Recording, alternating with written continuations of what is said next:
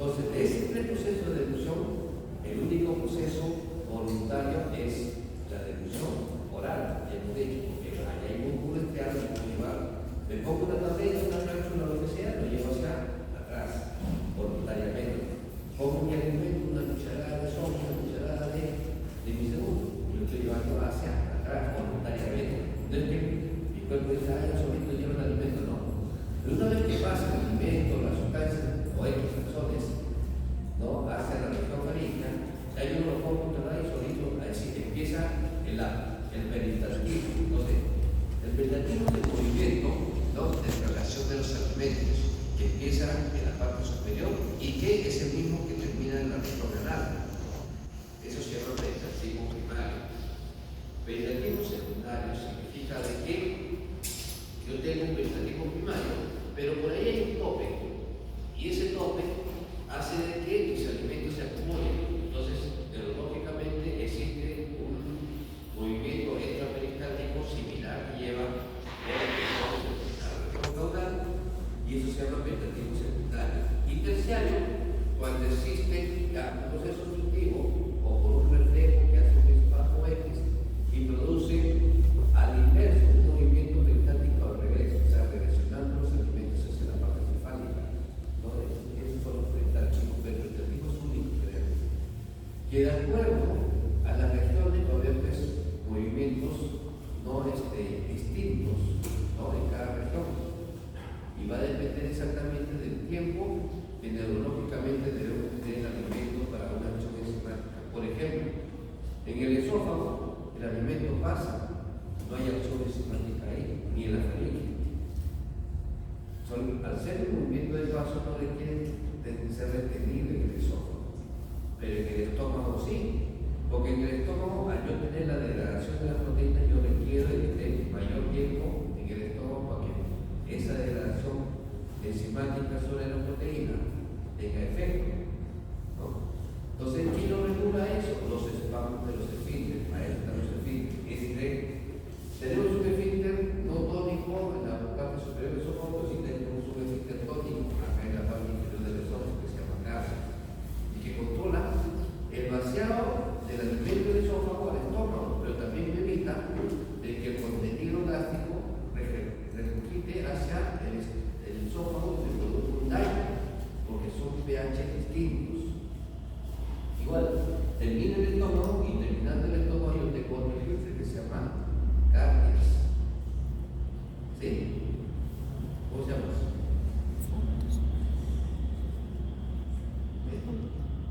Cardias es el que le acabo de dar ahorita. Estoy repitiendo el nombre y usted se queda callado. ¿Cómo se llama? Peritratria. Y el hígado. Estos muchachos es anatomía. Entonces, el pílodo es el que va a controlarme el pasaje del alimento del estómago al intestino delgado, porque el intestino delgado ya empieza. Recuerden que el intestino delgado tiene tres porciones: duodeno, yeyuno e hígado. Ahora, no voy a hablar en qué posición se encuentran, intraperitoneal, retroperitoneal. O sea, sabemos que parte de esa constitución anatómica del duodeno, ¿no?, tiene posiciones que son retroperitoneales y está llegada a las dos glándulas anexas más grandes del tubo digestivo, que es el hígado y el páncreas, sobre todo que desembocan en la segunda porción del duodeno. ¿A través de qué? En la segunda porción del duodeno yo tengo dos carúnculos, o sea, dos orificios de desagüe. La carúncula mayor, llamado ampolla de Barker, ahí desemboca, ¿no?, el conducto coledón que viene del hígado y el conducto pancreático del hueso que viene del páncreas. Ambos terminan y son regulados por un esfínter que se llama esfínter de Oddi.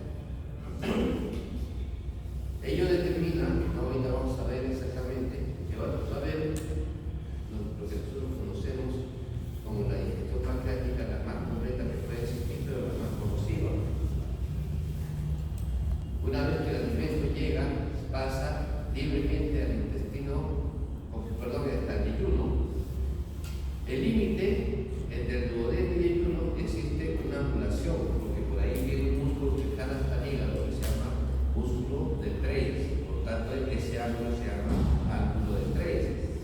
Pero aquellos que han hecho anatomía al disecar su cadáver, ustedes han visto que ahí está el peritoneo y justo donde termina la parte retroperitoneal de ese duodeno aparece la parte peritoneal y ese es el ángulo de Treis. Aquí el ángulo de Treis, el intestino delgado se hace intraperitoneal y ahí lo puedo observar. Pero lastimosamente entre el yeyuno y el hilo no hay una determinación anatómica que hasta aquí llega el yeyuno, hasta aquí termina el hilo. No, solamente se considera por de las tres partes, 2/3 es yeyuno, 1/3 es hilo, nada más. Pero absolutamente no existe una descripción así como el ángulo de Treis, que del ángulo de Treis para atrás, duodeno, del ángulo de Treis para adelante, yeyuno. ¿No? Una vez que el intestino termina en un esfínter hacia una conectividad que es el colon ascendente, o sea, ya con el intestino grueso, y existe una válvula ahí llamada aquí debe estar hacia atrás, llamada válvula, o es de la parte del hilo y es de la parte del ciego del colon ascendente, se llama iliocecal. ¿No? Se dice que la válvula iliocecal es la más tónica, o sea, la que más tonicidad tiene. Y una vez que pasa el alimento al intestino grueso, lo único que nos queda son los esfínteres anales, ya les digo que el esfínter anal interno y el esfínter anal externo. ¿Quién controla la motilidad? Recuerden que cuando ustedes hicieron histología, al cortar, yo corto el esófago, corto el intestino, yo voy a tener de afuera hacia adentro una vesquicia que sigue en mi parte muscular, pero acuérdense ese famoso cile, C circular y interno, L longitudinal externo. Entonces yo tengo dos tipos de fibras musculares en mi capa muscular. La parte interna es circular, la parte externa es longitudinal. Y ello me lleva a que todo mi tubo digestivo tenga dos tipos de movimientos. Uno es de mezcla y el otro es de traslación. Ahora, ¿quién en la regulación nerviosa, simpático y parasimpático, estos tienen, por la naturaleza, ya les dije, son receptores adrenérgicos beta 2. Entonces, ¿qué hace el sistema parasimpático en beta 2? Aumenta la peristalsis, o sea, es el que va a producir el aumento del movimiento del lugar, del digestivo. ¿Qué hace en este caso el simpático? Por lo contrario, disminuye la peristalsis. Pero, ojo, esto supuestamente es un tubo digestivo libre, pero nosotros tenemos esfínteres. Y en el esfínter, en todos los esfínteres, quien produce el espasmo de los esfínteres es el simpático, y el que produce la relajación de los esfínteres es el parasimpático. En este caso, por ejemplo, aumenta la peristalsis, el parasimpático, en el esófago. Si aumenta mi acción enzimática, mi acción neurológica del simpático está disminuida. Y por lo tanto, si está disminuido, ¿qué sucede en el esfínter cardíaco? No va a haber tonicidad, sino que se va a relajar. Y todo el alimento de la peristalsis que provoca el parasimpático pasa hacia el siguiente paso, que es el estómago. Pero supongamos que disminuye el vegetativo porque la acción simpática es mayor acá, entonces el vegetativo lento acá. ¿Qué hace el sistema simpático en los esfínteres? Hipertonicidad, cierra los esfínteres y hace que el alimento se mantenga más tiempo en esa región. Entonces es así como se alterna exactamente el mecanismo simpático y parasimpático, pero con una peristalsis versus una tonicidad de los esfínteres. Aquí sucede, si quiero permanecer más tiempo en el estómago, los alimentos lo que tienen que ver con el mayor acción simpática. Pero si yo quiero hacer rápidamente el estómago, tiene que haber una acción parasimpática. Entonces, en la boca tengo dentadura que va a terminar, vamos a la masticación, tengo glándulas salivales, y cuando ustedes hicieron anatomía tenemos tres glándulas salivales mayores. ¿Cuáles son? Parótida, lingual,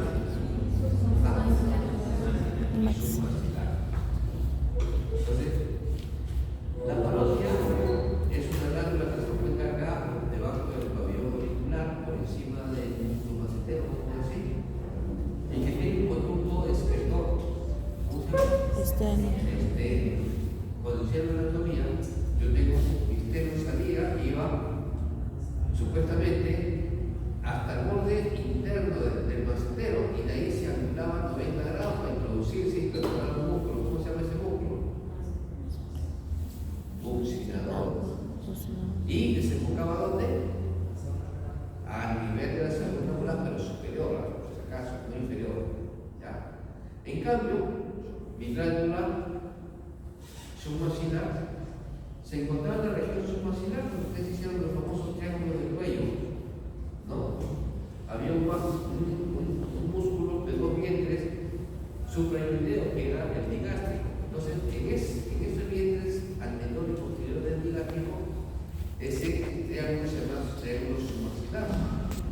Pero, ojo, yo localizaba el triángulo submaxilar, pero no solamente ellos. Yo tenía que hacer una anatomía de las cuales lo que se encontraba en esta región externa submaxilar, cómo entraba hacia la región de la base de la lengua, ¿no? Entonces, había un llano, y ese llano se formaban dos músculos. Si yo tuviese una suerte y dos músculos así, ¿no? Para atravesar. ¿Cómo se llaman esos músculos? Uno es con M y otro es con H.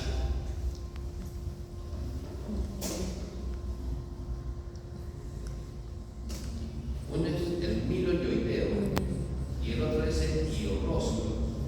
¿No? ¿Para qué? Parte de mi glándula se encontraba en esta región acá, y parte de mi glándula estaba entre esas dos paredes musculares, ¿no?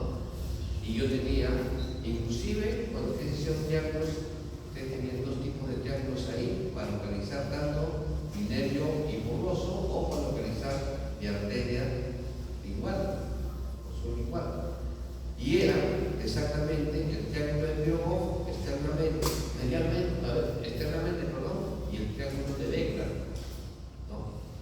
Entonces, regresar y hacer la anatomía de esas regiones se va a acompañar solamente como referencia, ¿no? Al sentido de eso de ustedes, ¿no?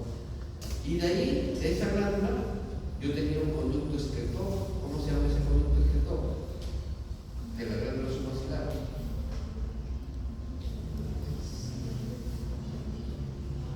¿Qué dicen? Jóvenes. Guasón, dicen por ahí. O sea, que se lo estoy diciendo. Conducto de guarda.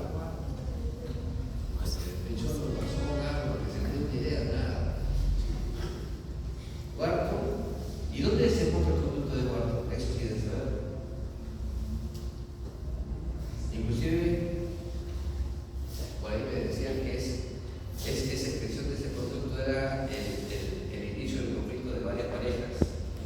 Porque dice, cuando la pareja está frente a frente, cuando uno está nervioso, dice que el sistema parasimpático hace que inyecte más la saliva, y la otra pareja dice que no me empujas. Nunca ustedes hablan con una persona y han visto que al hablar chiquetea a veces la saliva. Ya. ¿Por dónde chiste? ¿De dónde nace? Ustedes tienen un frenillo debajo de la lengua. Al costado de cada frenillo hay dos carúnculas. Esos son los puntos de desagüe, ¿no? De las glándulas salivales, o sea, del producto de guarda.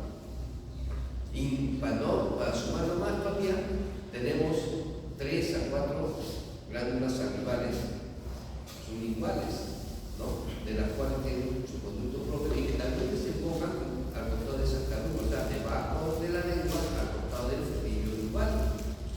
Y esos son los que inyectan exactamente la saliva cuando existe mayor presión. Ahora,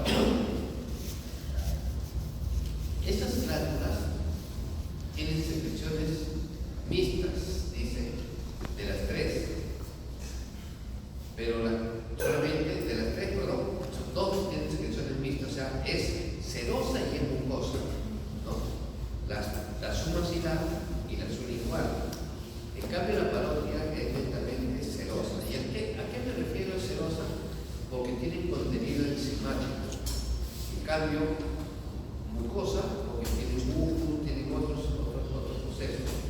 Por lo tanto, la glándula parótida es exclusivamente enzimática, ¿no? Ahora, ¿qué enzimas tenemos en la parótida? O ¿cuál es la glándula salival? Son las glándulas salivales mayores, pero también tenemos glándulas salivales menores, las que se encuentran en la mucosa de la lengua, las que se encuentran en el cielo, que se encuentran en el paladar, ¿no? En todo lo que es cualquier parte de la mucosa de la cavidad oral, esas son glándulas salivales pequeñas, menores, se llamamos, ¿no? Las grandes son buenas.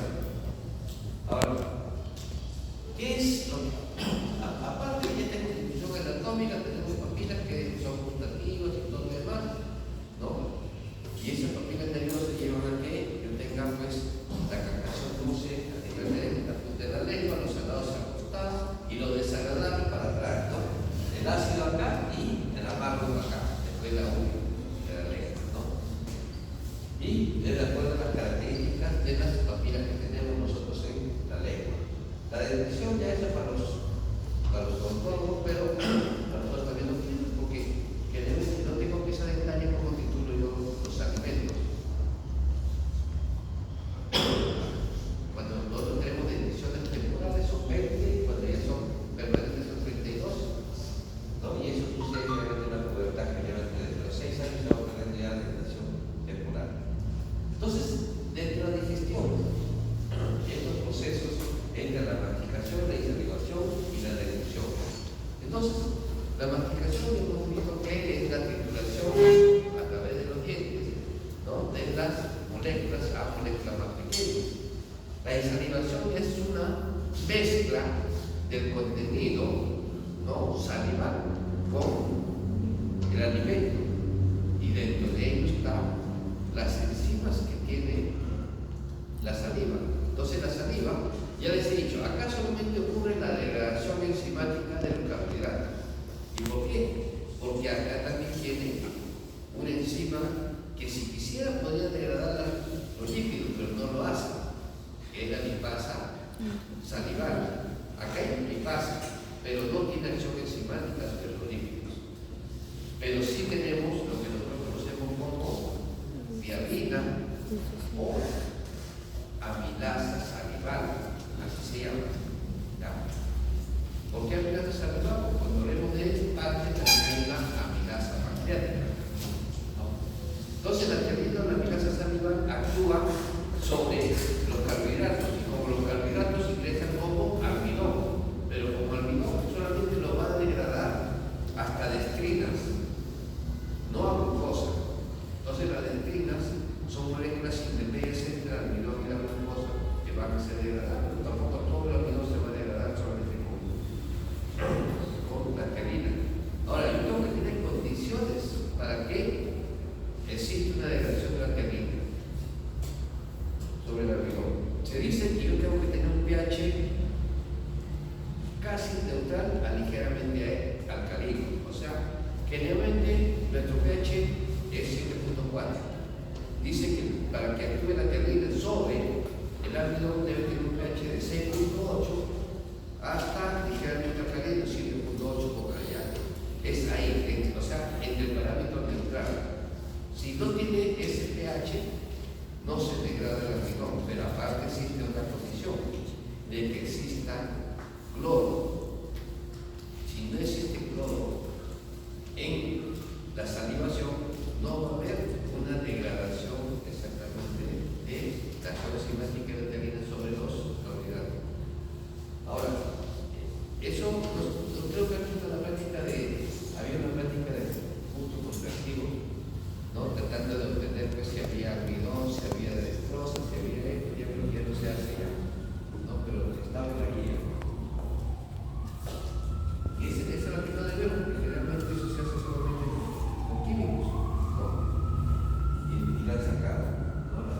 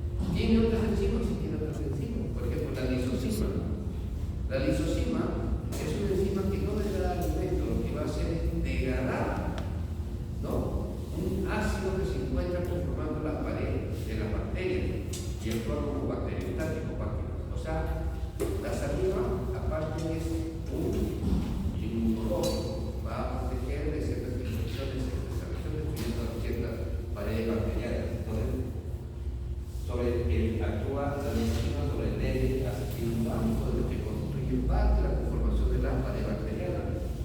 ¿Qué más tenemos? Mucina, porque va a provocar una proteína que va a proteger exactamente la mucosa, ¿no?, de la cavidad oral para que no se dañe. Y sobre todo, humus para ubicar y quita esa cavidad oral. Pero aparte va a tener bicarbonato, iones y inmunoglobulina que aparecen en todas las infecciones corporales, ¿no?, para proteger exactamente. Se dice que la boca es la más cochina, ¿no?, que tenemos en nuestro cuerpo, ¿no? ¿Por qué? Porque entran los alimentos sin ningún control bacteriológico y por lo tanto nuestro cuerpo inmunológicamente tiene que actuar inmediatamente, ¿no?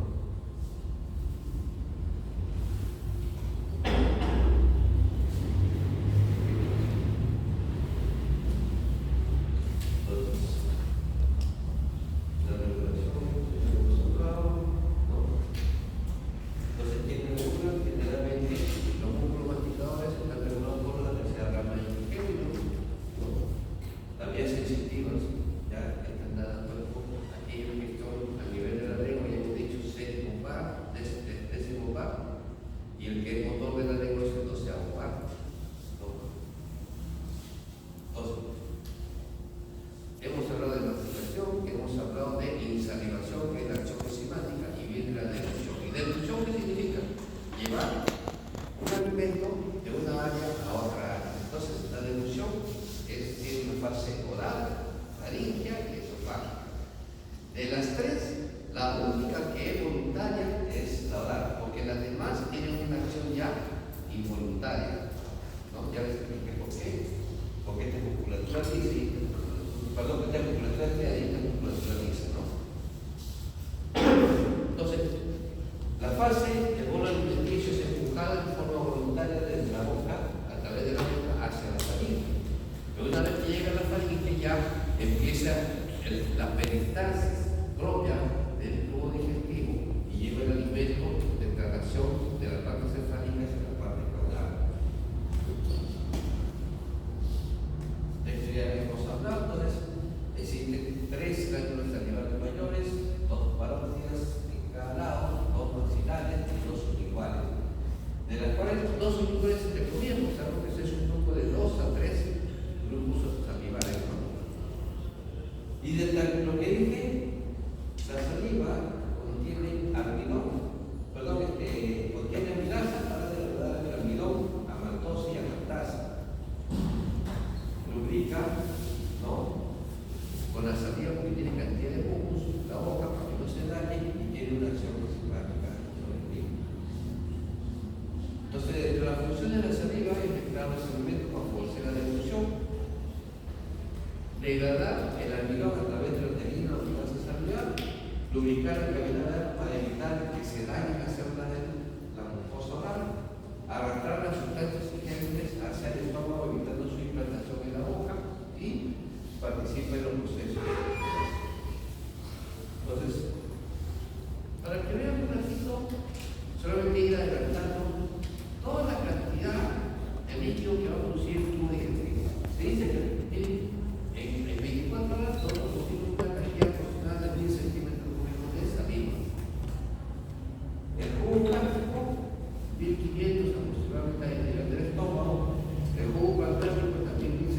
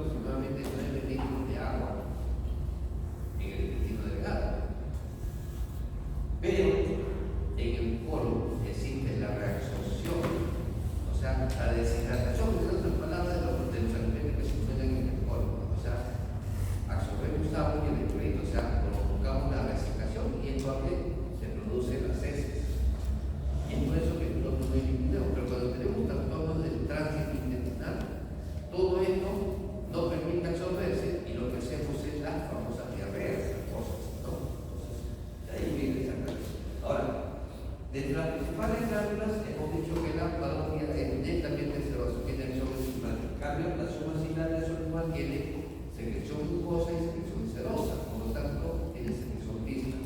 Al decir vista también tiene una acción enzimática, pero con otra sustancia.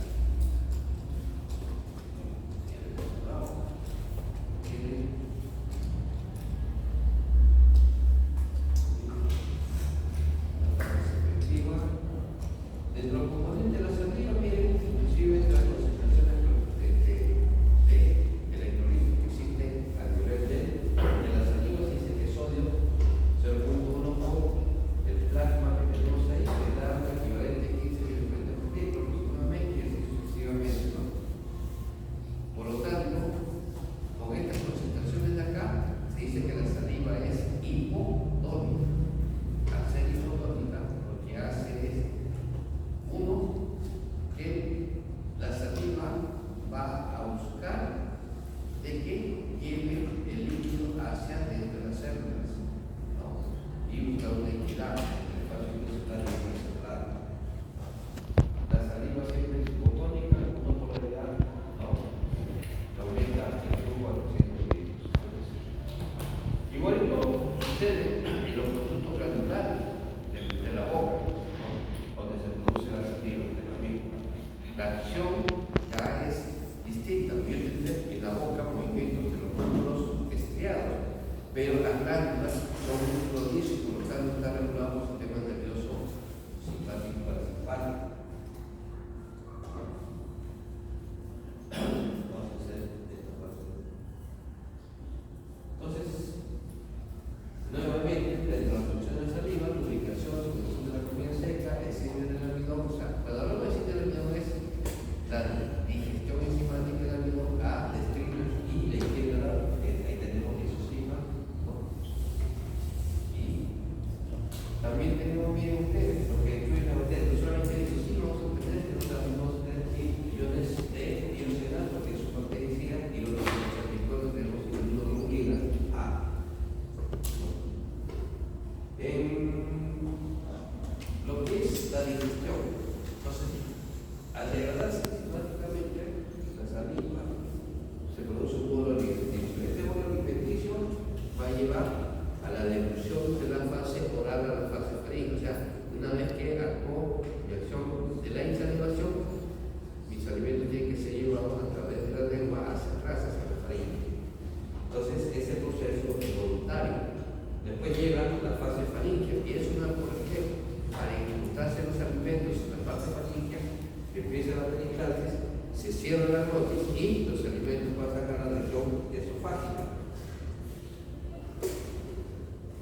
En la faringe, generalmente, que es un conducto muscular compartido por dos sistemas, respiratorio y digestivo, tiene que haber un control específico neurológico, porque si el alimento pasase hacia la vía aérea, va a producir lo que nosotros conocemos como la famosa asfixia y dificultades para la ventilación. Entonces, de la faringe, ¿no? Que comunica hacia arriba con la boca, hacia abajo y atrás hacia el estómago, pero también comunica con la región alta, sobre todo por dos vías, la vía nasal, ¿no? Y hacia arriba y hacia atrás por la vía óptica, por el conducto por la trompa de falopio y camisa. ¿Cómo se llama? Eustaquio, así es, ¿no? Y acá se escribe todavía. Es por eso que cuando nosotros se nos pasan las cosas en una fiesta y estamos a náuseas y vómitos, no solamente los vómitos salen por la boca, por donde más salen, por la nariz, ¿no? Y por ahí me dice, se me tapó el oído. Imagínense esa separación, ¿no? Hay que tener experiencia, muchachos. Una vez que el alimento pasa al esófago, el esófago tiene en el adulto aproximadamente dicen de 25 a 30 centímetros de largo, ¿no? Donde tanto en la faringe como en el esófago no hay acción enzimática. Como he dicho, yo no hablo de ninguna enzima en la faringe, tampoco voy a hablar sobre una acción enzimática en el esófago. El esófago solamente es un área de paso, como dice, de los alimentos, donde existe sí bastante glándulas mucosas que tienen que proteger. El pH del esófago es totalmente un pH neutro alcalino.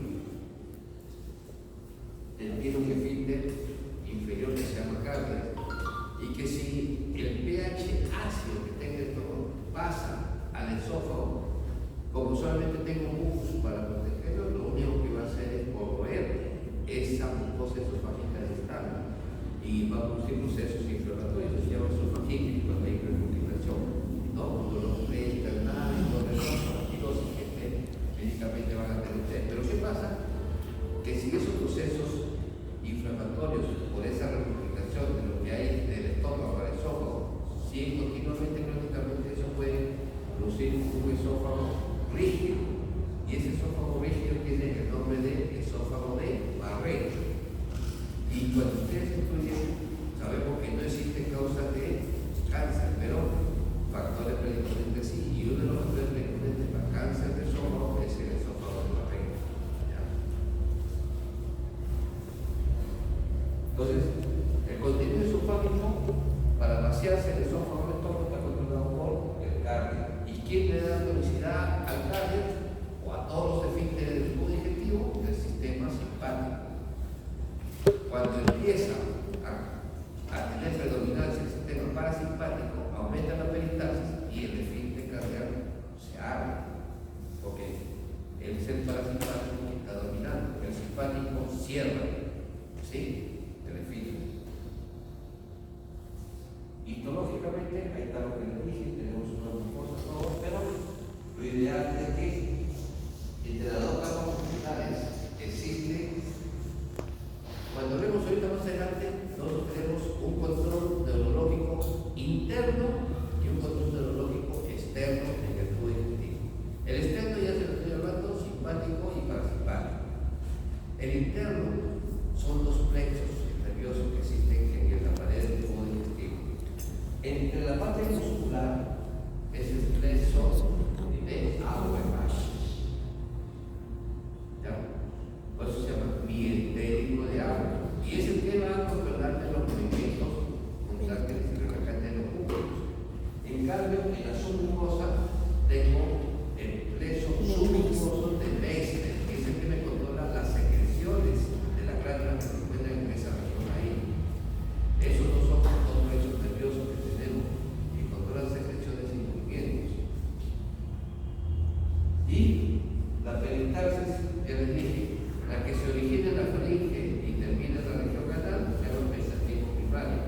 Si yo tengo una posición, ¿no? Y aparece una segunda ola de empuje, eso se llama peristaltismo secundario. Pero si tengo una posición y la peristalsis no va a ser de la región cefálica caudal, sino de la región caudal paracefálica, se llama peristaltismo terciario. Entonces, la finalidad es el peristaltismo nace en la faringe y lleva el alimento de la faringe al esófago y del esófago a la región caudal. Secreciones, ya les dije, no existe acción enzimática, solamente glucosa, evita el tubo esofágico, evita las desconexiones o conexiones, y en el estudio mental lo protege de la acción del tubo gástrico. Una vez que el cardio se abre, el alimento pasa al estómago. Y en el estómago, ya nosotros tenemos, ustedes conocieron hicieron histología, ¿verdad? ¿Cierto? Ya, en histología, ustedes vieron que nosotros tenemos 4 tipos de células en el estómago. ¿Cuáles son? Varietales. Varietales principales. ¿Cuántas dos?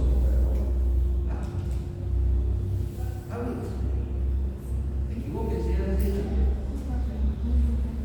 si no vamos a recordar. Equivocándose ya se recuerdan.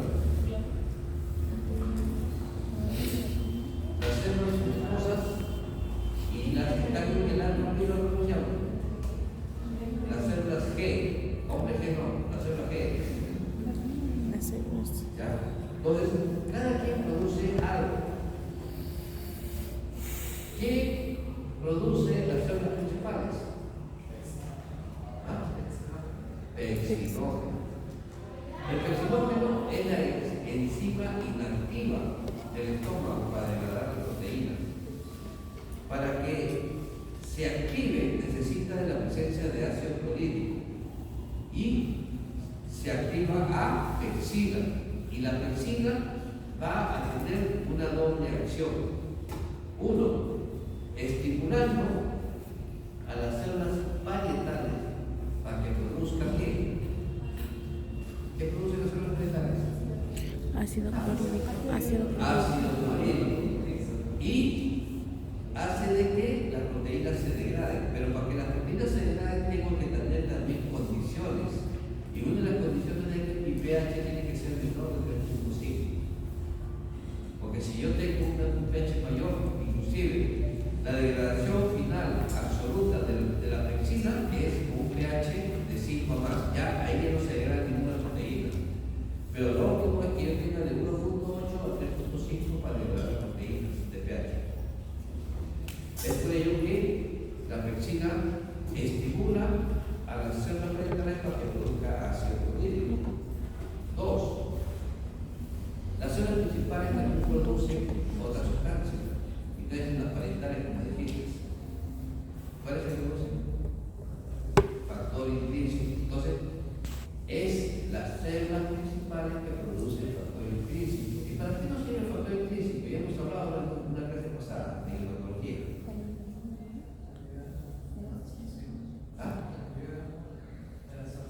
¿De qué pues? Así es. Ayuda a la absorción de la vitamina B12 a nivel. ¿A qué nivel? Queremos hablar de eso. Cuando hablamos de hematología ya me he hablado. A nivel del hilio terminal. Porque yo le dije así, si no se absorbe la vitamina B12, lo que yo voy a tener es anemia. Es un tipo de anemia, no ferropénica, sino es una anemia megalogástica. Así es, eso ya lo hemos hablado. Entonces, células principales producen pexinógeno y producen factor intrínseco.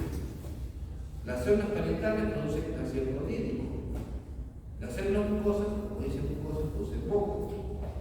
¿Y las células qué producen?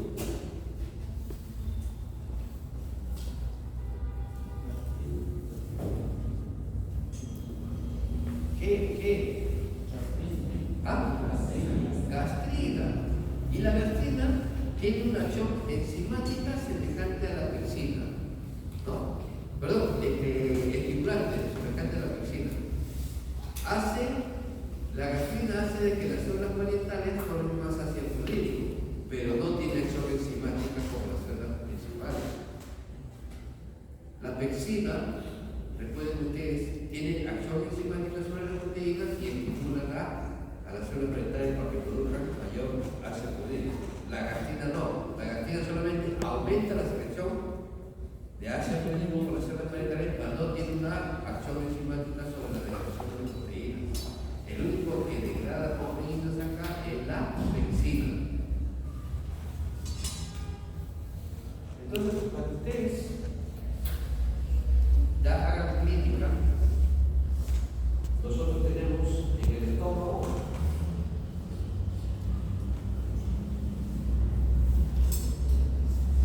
una equivalencia, factores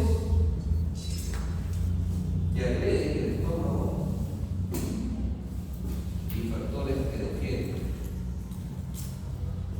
la mucosa del estómago. Entonces, de lo que agrede la mucosa del estómago, ¿cuál es? El ácido clorhídrico. Es un ácido. Por lo tanto, todo ácido va a corroer la pared del estómago, la mucosa. Pero ¿quiénes son los que defienden? La mucosa gástrica es el mucus y la irrigación sanguínea. ¿No? La vascularización hace que defienda. Mientras yo tenga estas dos condiciones, yo protejo, así que la gran cantidad de ácido clorhídrico no se va a corroer mi mucosa gástrica. Entonces ahí viene, cuando ustedes saben del síndrome úlcero péptico porque es una acción, ¿no?, degradante de la mucosa por acción de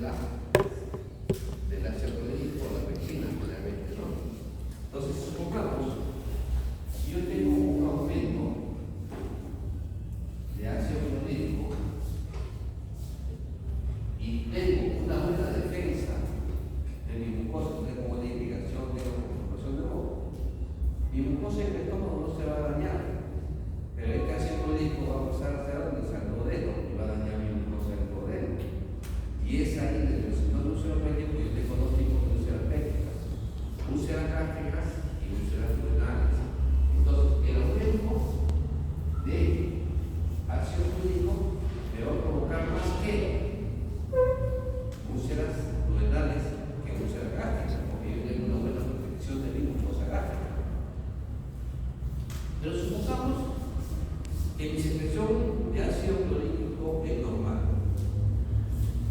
pero mis defensas están disminuidas. Esa poca cantidad que produce el ácido clorhídrico a una mucosa gástrica que no se defiende, me va a producir más úlceras gástricas que duodenales. Ese es el mecanismo. Ahora, ¿qué hace que aumente mi ácido clorhídrico? El estrés, el tabaco, el licor, los aires. Pero se dice que el 65% hasta 70% de la hipercloridria es producida por una bacteria llamada Helicobacter pylori. Y es por ello que ahora actualmente se ha tratamiento de Helicobacter pylori y ha disminuido bastante, ¿no?, las patologías ulcerolépticas, inclusive las hemorragias digestivas provocadas por, ¿no?, un síndrome ulceroléptico. Entonces, este es el mecanismo clínico de lo que ustedes posteriormente van a tener la significancia, ¿no?, de clasificar ulcerolépticas, duodenales o gástricas.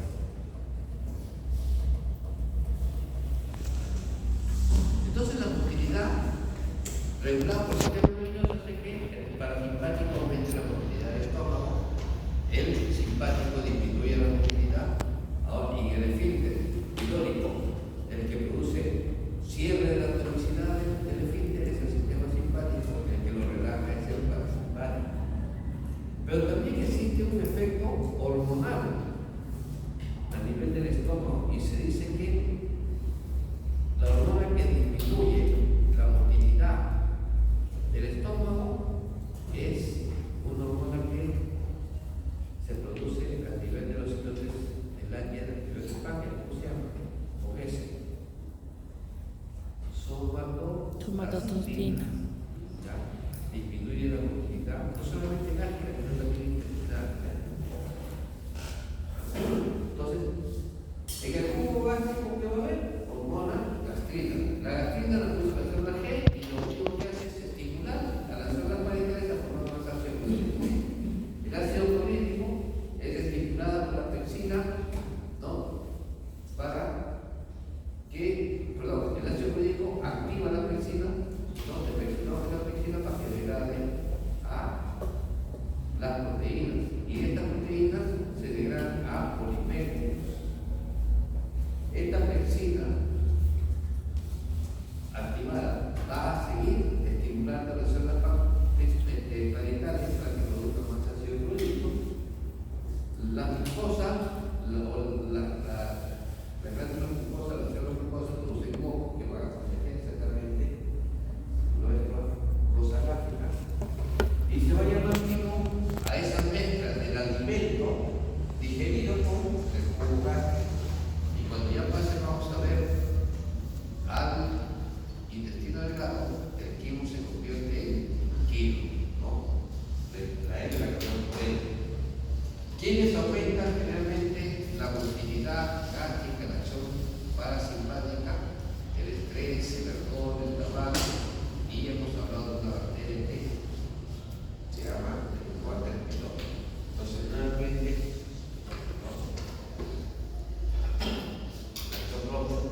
aquí no estoy mencionando el factor hidrítico, porque el produce el factor hidrítico es la célula principal.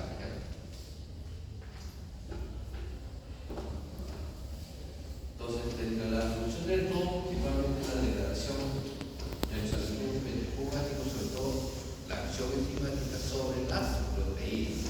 Entonces, ya hemos hablado en la boca que se degrada los carbohidratos, de almidón a letrina. En el estómago que se degrada las proteínas, ¿no?, hasta polipéptidos.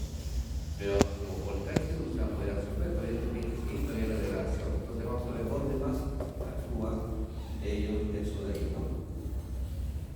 Entonces, dentro de la sección, para que yo tenga una acción enzimática sobre las bacterias, ¿no?, yo tengo que tener un pH 0.8, o sea, recontra ácido, para que ninguna bacteria sea reproducible.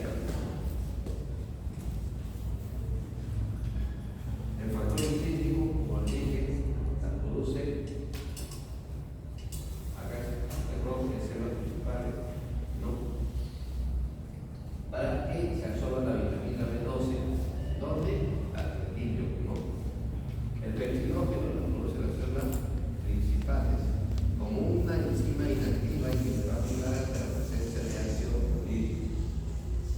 quiere decir que es un rechazo proteína porque actúa contra la proteína. Su pH óptimo es de 1.8, 3.5, pero pierde la acción enzimática cuando el pH supera el pH 5.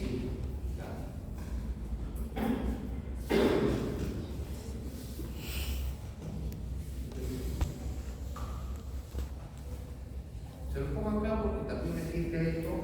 La renina o chitosina es una enzima que actúa sobre la proteína, pero solamente actúa en las primeras 24 a 48 horas por chitosina.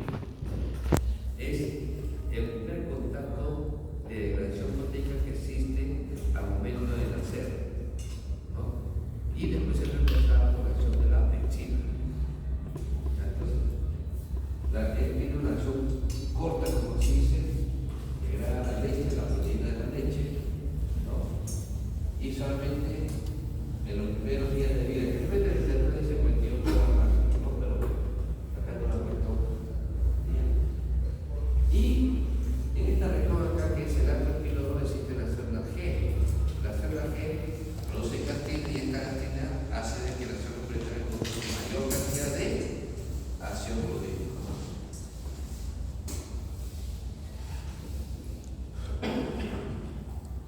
Entonces, ¿quién le regula la secreción?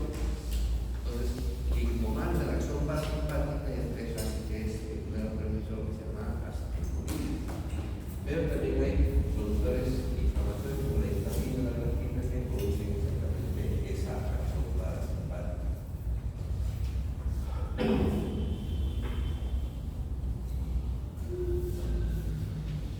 Como ven ustedes, la somatostatina, si el pH es menor de 3, actúa la somatostatina para inhibir la liberación de gastrina y de que no haya mayor aumento de propiedades cerebrales. O sea que la somatostatina no solamente va a disminuir la motilidad, sino que también cuando el pH es menor de 3, hace que ya no se libere gastrina, para que no exista mayor producción de ácido proteico. Esta es la otra acción de la somatostatina.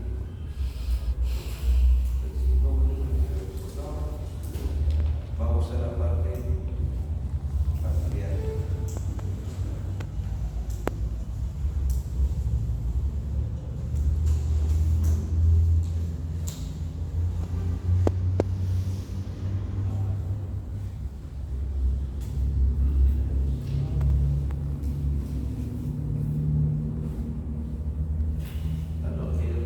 Son las parietales, son las que producen el factor intestinal. Yo también por su tiempo. No es la principal, ¿ya? Las parietales son las que producen el factor intestinal. No me confundieron. Ahorita que estoy leyendo eso. ¿Ya? En lo que se refiere, este es un cuadro de mecanismo, ¿ya? Hasta que permite la secreción de ácido gástrico.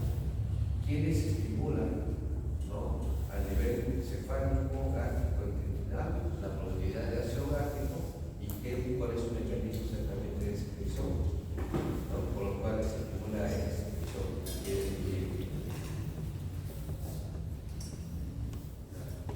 y quienes la inhiben generalmente en esta forma a nivel cefálico y gástrico y a nivel intestinal. Una vez que ya el estómago degradó la proteína, en la parte final, algunas literaturas dicen que el estómago produce también una enzima que se llama lipasa gástrica, pero que va a actuar a nivel del duodeno porque tiene que cambiar el pH, ¿no? Entonces, acción sobre los lípidos no. Una vez que pasa el alimento del estómago al intestino delgado, o sea, al modelo, existe la liberación de 3 hormonas para estimular la secreción de los jugos de las glándulas digestivas. Entonces, una de ellas es de que al llegar a la primera porción del duodeno, hace de que se libere colecitoquinasa. La colecitoquinasa es una hormona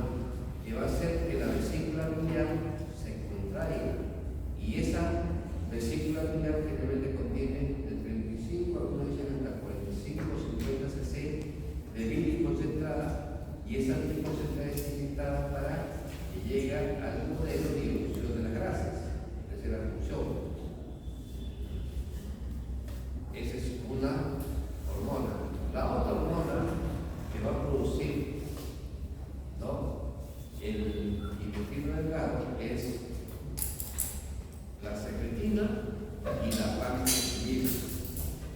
Ambas van a estimular a que el páncreas forme jugo pancreático. La secretina hace que mi jugo pancreático sea rico en bicarbonato, pero la páncreas hace que mi jugo pancreático sea rico en enzimas. Y ahí tenemos las enzimas que van a degradar en 3 macromoléculas. Para degradar los carbohidratos se va a producir la amilasa, pero pancreática, ya no es amilasa, no pancreática. Y va a degradar pues aquellos amilones que no se degradaron en dextrinas, y en la dextrina convertirse en dextrosa, puede ser sobregada. ¿Qué más va a producir el páncreas? Para degradar los lípidos va a producir glucasa pancreática y degrada los lípidos hasta ácidos grasos, y es como ácidos grasos que tienen que absorberse. Y me queda la proteína.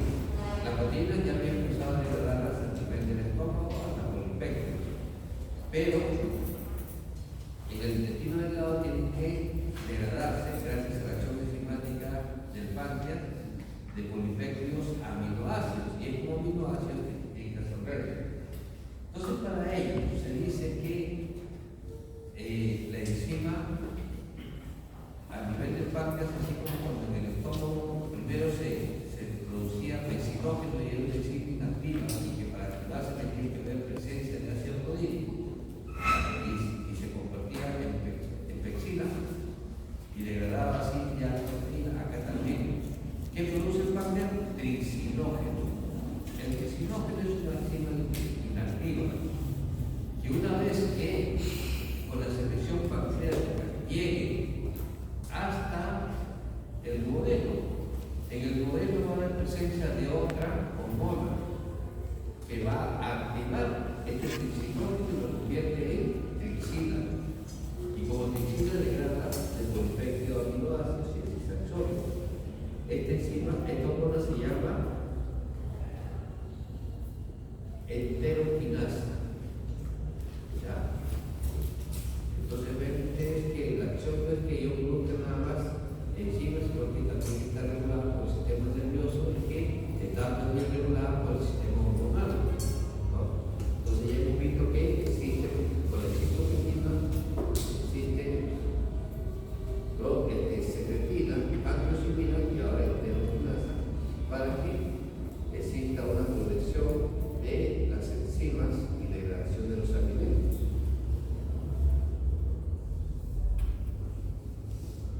Aquí la absorción del intestino delgado va a ser los carbohidratos a través de los vasos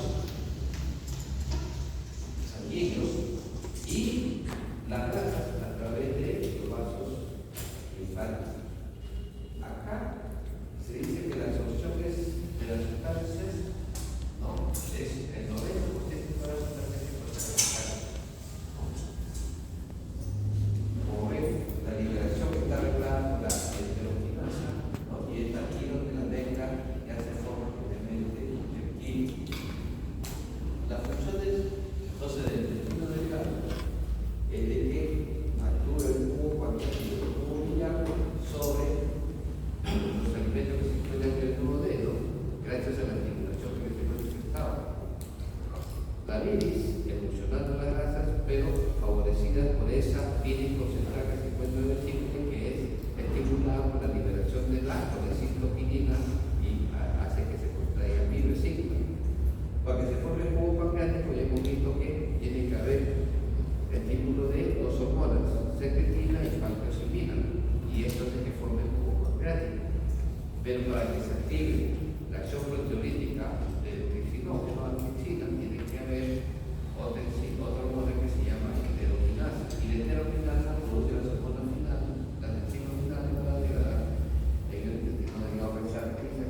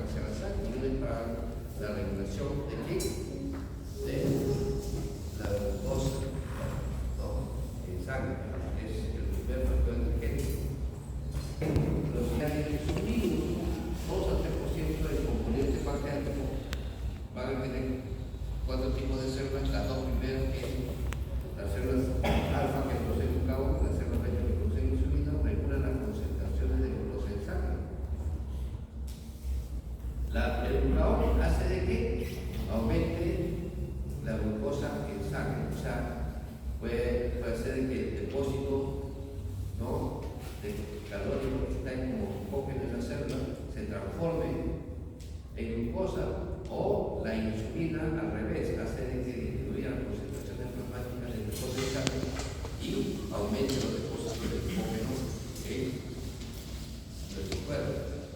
Significativamente se dice que el glucógeno se deposita en 3 tipos de células. Una de ellas es las células hepáticas, el otro es las células musculares y la tercera las células grasas. Las células hepáticas, cuando uno necesita glucosa, se va a transformar rápidamente de glucógeno a glucosa, porque hay una enzima que se llama glucosa 6-fosfatasa, que convierte al requerimiento de la glucosa glucógeno en glucosa. Pero la glucosa, el glucógeno que se deposita en las células musculares y posiblemente en las células grasas, no existe esta enzima, por lo tanto no va a poder convertirse de glucógeno a glucosa, que actúa ahí el famoso ciclo anaeróbico de Collins. ¿Qué significa el ciclo de Collins? Degradación del glucógeno en ácido fluorúrico y ácido láctico, que se llama también el ciclo del piruvato o ácido láctico.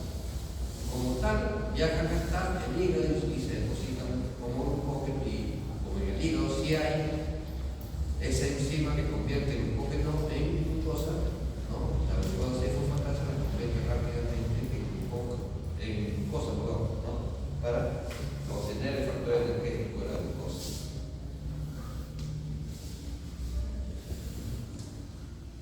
Pero recuerden que los isómeros del Langer también tienen las células B que producen somatostatina, y somatostatina en la motilidad gástrica hace de que disminuya la motilidad gástrica, pero también hemos visto que actúa sobre las células G para que cuando tenga un pH menor de 3 el estómago inactive la productividad de gastrina para que no siga estimulando a que se produzca mayor cantidad de ácido gástrico. Entonces, el páncreas, estas son las 3 enzimas que les he mencionado, ¿no? Amilasa pancreática, ahí tricinógeno. La tricina ya es la enzima, ¿no? Y para que exista estímulo de ese páncreas, tiene que haber secretina y pancreosimina, que nosotros somos las que conocen el intestino delgado. La pancreosimina hace que el jugo pancreático sea rico no solamente en bicarbonato, sino que en enzimas pancreáticas. En cambio, la secretina solamente hace que el jugo pancreático sea rico en bicarbonato. Ahora, con respecto a la tricina, dentro de las enzimas proteolíticas, el tricinógeno, para que se active, tiene que tener una hormona que le dije que se llama enteroquinasa y hace que se degrade hasta aminoácidos introspectos. La amilasa pancreática hace que milisacáridos no se convierten en milisacáridos y pueden resolverse como glucosa.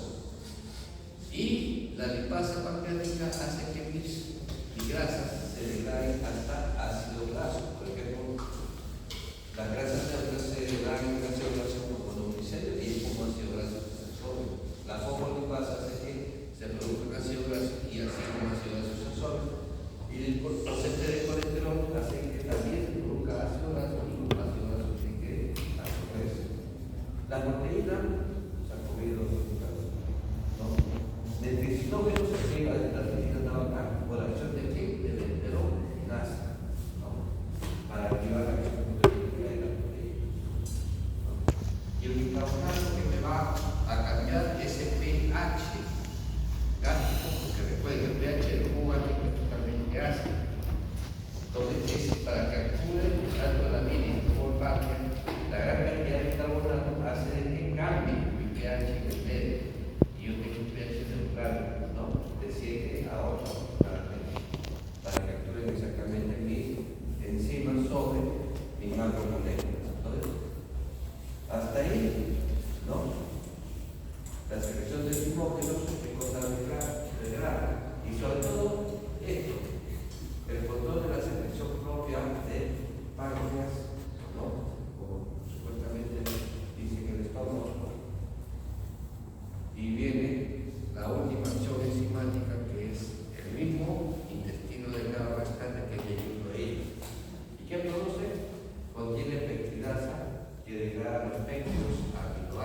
aquellos que todavía no se habían convertido en aminoácidos, esas proteínas que quedaban, algunos técnicos, ¿no? La peptidasa intestinal hace que se degrade. Inclusive, a nivel de los carbohidratos, algunas sacarasas son transformadas en glucosa y fructosa gracias a la sacarosa. La lactasa, gracias a la lactosa, se transforma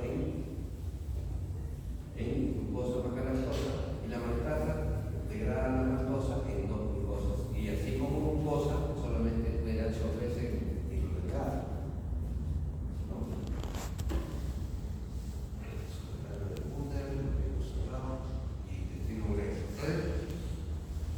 En conclusión, al intestino grueso tenemos oportunidad de degradar enzimáticamente nuestros alimentos. Y recuerden, el almidón o carbohidratos tienen que degradarse a glucosa, si no, no se reabsorben. Los líquidos tienen que degradarse a ácidos grasos, si no, no se reabsorben. Y las proteínas tienen que degradarse a aminoácidos, si no, no se reabsorben. Y si no se reabsorben, si no se degrada, pasa acá, al intestino delgado, al intestino grueso. Y en el intestino grueso ya no existe, ¿no?, acción enzimática.